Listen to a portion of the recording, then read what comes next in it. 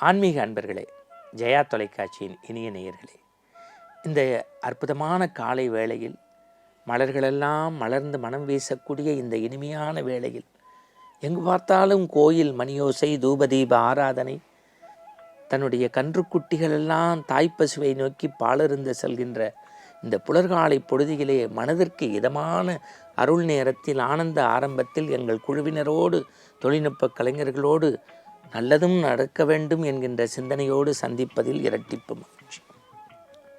இன்றைக்கு நாம் சிந்திக்க இருக்கக்கூடியது குரு மகிமை.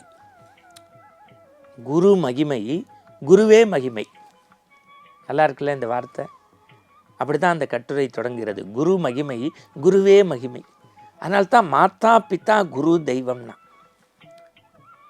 குருவை கடவுளுக்கு முன்பு வைத்து பார்த்த சமூகம் நம்முடைய பாரத சமூகம்.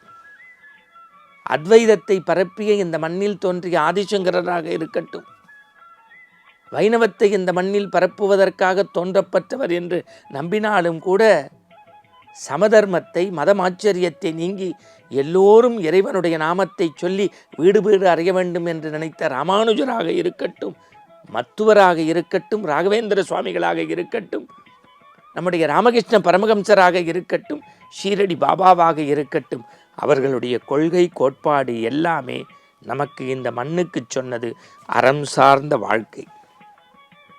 அவர்கள் காட்டிய பாதையில் நாம் செல்ல வேண்டும். அதனால்தான் குருவின் பாத தரிசனம் கோடி புண்ணியம். குருவின் பாத விந்தங்கள் நமக்கு பாவ விமோச்சனம். குருவினுடைய பார்வை பட்டால் துன்பங்கள் எல்லாம் பனித்துளி போல ஓடிவிடும் என்று சொல்வதனுடைய நோக்கம் என்ன? குருவினுடைய மகிமை. இந்த மண்ணில் சத்தியம், தர்மம், அறம் நிலைப்பதற்கு பாடுபட்ட மகான்கள் தோன்றிய ஞான மலர்கள் இந்த மண்ணுக்கு சொந்தம். 100 வருடம் அரிசியை மட்டுமே உண்டுவிட்டு, 100 வருடம் அரிசி பொரியை மட்டுமே உண்டுவிட்டு, 5 பொறிகளையும் அடக்கி ஆண்டவர்தான் காஞ்சி மகாபெரிய சுவாமி. அனைத்தையும் பிடிந்த பிறகும் சத்தோடு இருக்கக்கூடிய ஞானப்பழம் காஞ்சி மகானின் கண்களை பாருங்கள், அவர் கண்களில் காமாட்சி ரூபம் தெரிகிறதுன்னு எழுதுகிறார் வார்த்தை சித்தர். அப்ப என்னன்னா தபசு. ஆதிசங்கரர் வாழ்ந்த காலம் என்ன? கிழக்கு மேற்கு வடக்கு தெற்கு என்று பயணப்பட்டு அத்வைதத்தை பரப்பினார். ராகவேந்திர சுவாமிகள் புவனகிரியில் தோன்றி மந்திராலயத்தில் மூச்சடக்கி முத்தெடுத்தாரே. துவைதத்தை பரப்புவதற்கு காரணம் என்ன? எளிமை, இனிமை, அறம்.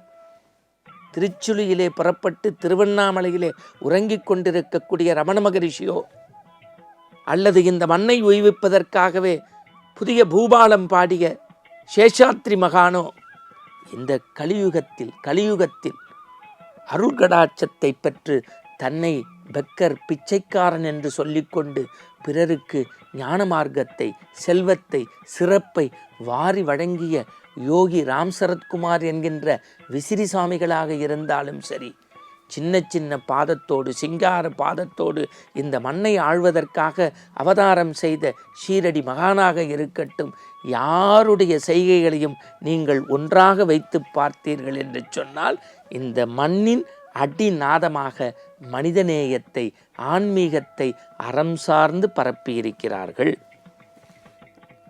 நீங்கள் மகாபெரியவருடைய சரித்திரத்தை படித்தா, குதிரை வண்டியில் தன்னையை கூட்டிட்டு வந்த ஒரு மனிதரை கூட்டி வர சொல்லி அவருக்கு சிறப்பு செய்து, நீங்கள் என்னையெல்லாம் குரு குரு என்று கொண்டாடுகின்றீர்கள், இந்த குருவுக்கே குரு இந்த குதிரை வண்டிக்காரர் தான் சொல்கிறார்.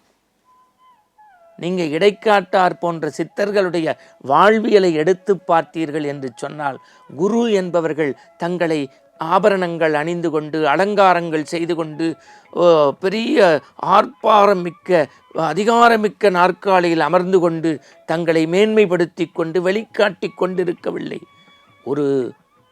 ஒன்றும் இல்லாத பற்றை துறந்த பட்டினத்தார் நிலையிலிருந்து ஞான மார்க்கத்தை தந்து தன் விழிகளால் வழி பேசியவர்கள்தான் குருமார்கள்.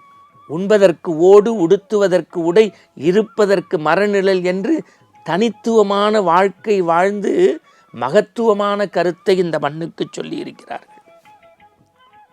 நீங்கள் ராமானுஜருடைய சரித்திரத்தை படித்து பார்த்தா நான் 1000 முறை ஆனந்த ஆரம்பத்தில் பதிவு செய்திருக்கின்றேன். நம்பியிடத்தில் அவர்கள் சொன்ன வார்த்தை, எனக்கு நரகம் கிடைத்தாலும் என்னை சார்ந்து வரக்கூடிய மக்களுக்கு சொர்க்கம் கிடைக்குமென்றால் அதுவே நான் செய்த பேரு. அப்படின்னா என்ன? துன்பத்தை தனதாக்கி இன்பத்தை பிறருக்கு தருவது தான். அதுதான் விவேகானந்தர் வாழ்க்கையில் நடந்தது, அதுதான் ராமகிருஷ்ணருடைய வாழ்க்கையில் நடந்தது, அதுதான் ரமண மகரிஷி இந்த மண்ணுக்கு சொன்னார். ஆன்மீகம் என்பதனுடைய அடிநாதமே நீங்கள் ஒரு குருவை பற்றி கொள்ளுங்கள். அந்த குரு எப்பேற்பட்டவர் என்பதை நீங்கள் சந்தேகிக்காதீர்கள்.